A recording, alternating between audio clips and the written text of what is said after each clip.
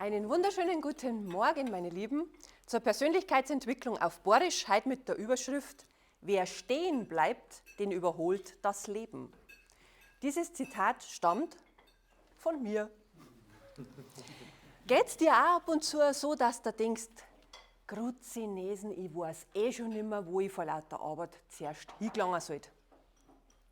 Und dann tappt noch einer daher, der wo sagt, ja, das sollst oder müsstest vielleicht sogar schon auch noch machen.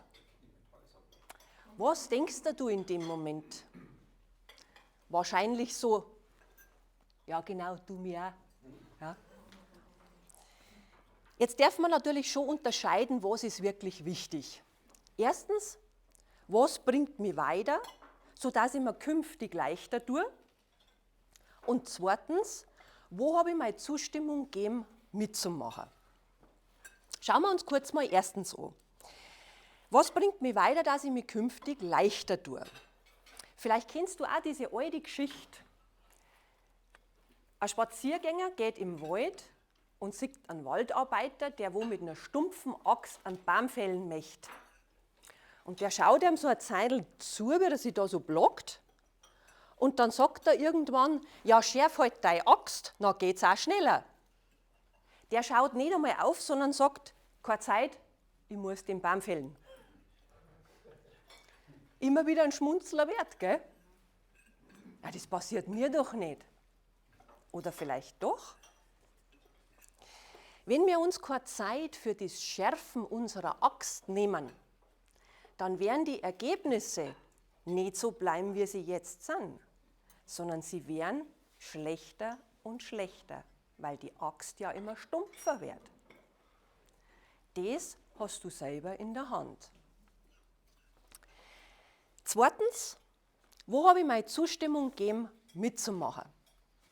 Bei uns da herinnen ist die Weiterbildung und das lebenslange Lernen ein Kernwert. Warum? Weil uns allen bewusst ist, wie wichtig das die persönliche Weiterentwicklung ist.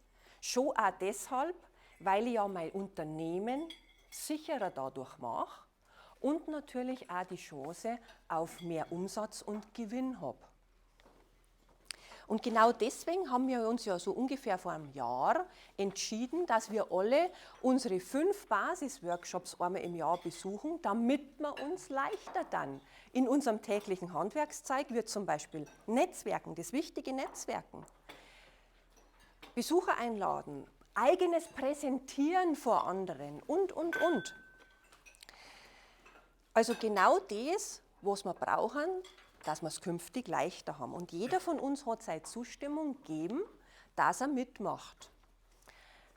Der Ruben wird sicherlich so nett sein und wird die Auswertung nochmal ans Wochenmail hinhängen, sodass jeder die Möglichkeit hat, einfach seinen aktuellen Stand kurz zum Überfliegen.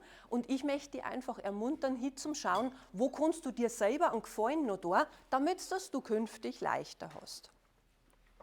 Zusammengefasst möchte ich dich heute ermuntern, erstens, überleg, an welcher Fortbildung, an welcher Weiterbildung hast du so richtig Bock teilzunehmen, egal wo. Zweitens, überleg dir, was schiebe ich denn schon länger, was ich eigentlich teilnehmen sollte. Und drittens, überleg, wo bleibt da nichts anders über.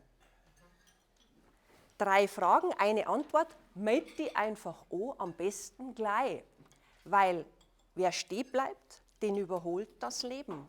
Und nicht weiterentwickeln ist doch auch keine Option. Zumindest nicht für uns da herin, oder? Wer will, der kann. Ich wünsche euch erfolgreiche Entschlossenheit.